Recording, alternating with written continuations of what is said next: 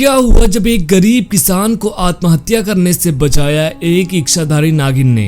दोस्तों, आए दिन एक किसान गरीबी के कारण आत्महत्या करते रहते हैं, लेकिन अगर किसी के ऊपर महादेव का हाथ हो तो वो चाह कर भी ये दुनिया नहीं छोड़ सकता जब तक महादेव नहीं चाहेंगे। दोस्तों, ऐसी एक घटना हुई राजस्थान के रहने वाले शिवपाल के साथ, जब वो एक दिन परेशान होकर आत्महत्या करने की कोशिश करता है। लेकिन शिवपाल के साथ उस रेलवे ट्रैक पर जो हुआ उसे देखकर आपको भरोसा नहीं होगा।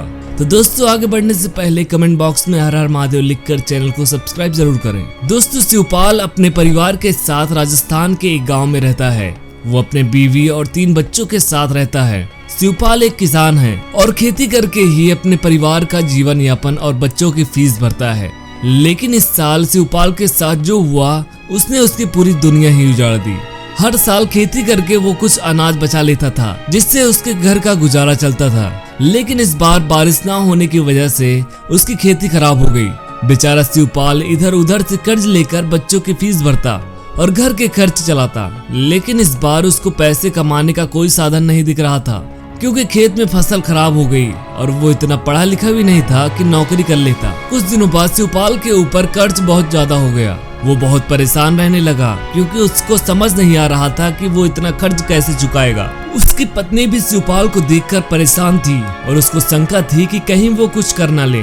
उसकी पत्नी महादेव की अनन्य भक्त थी और प्रतिदिन जाकर रोज पूजा करती।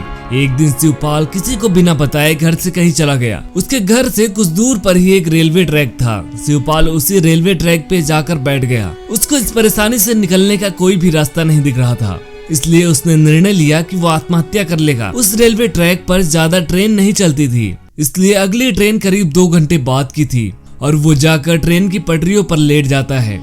शिवपाल काफी देर तक घर वापस नहीं आता तो उसकी पत्नी घबरा जाती। वो आसपास ढूंढती, लेकिन शिवपाल उसे कहीं नहीं दिखाई दिया। वो डर जाती है और महादेव से प्रार्थना करने लगती है।